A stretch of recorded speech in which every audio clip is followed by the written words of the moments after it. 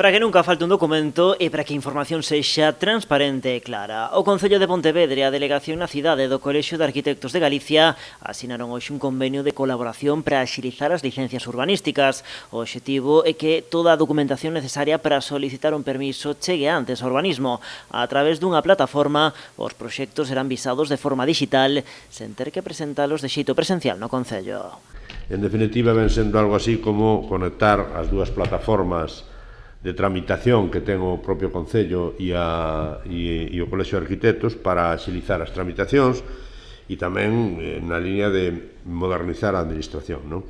Entón, consiste en que o Colexio de Arquitectos fornece ao Concello de documentación e, ademais, mellora a normalización da documentación técnica e todo eso, e hai tamén unha terceira pata que é a garantía de identidade e tamén da habilitación dos técnicos redactores dos proxectos. Con isto garántese que a información sexa sempre a mesma, incrementando a transparencia e axilizando os trámites para a cidadanía. É un paso enorme para todos os administrados, é dicir, todos os cidadáns de Pontevedra e incluso os arquitectos de Pontevedra, porque isto vai a servir como a punta de lanza, esa primeira pedra para que as licenzas se tramiten de outro xeito, non? É dicir, é un cambio a total digitalización do sistema e o Concello vai beber da fonte original, que esa é a clave, é dicir, vai beber dunha agua limpa. Tanto o Goberno local como o Colexio de Arquitectos agardan unha axilización das licencias urbanísticas na cidade grazas á posta en marcha deste convenio. Esperamos, e temos a firme crenza e esperanza de que isto vai ser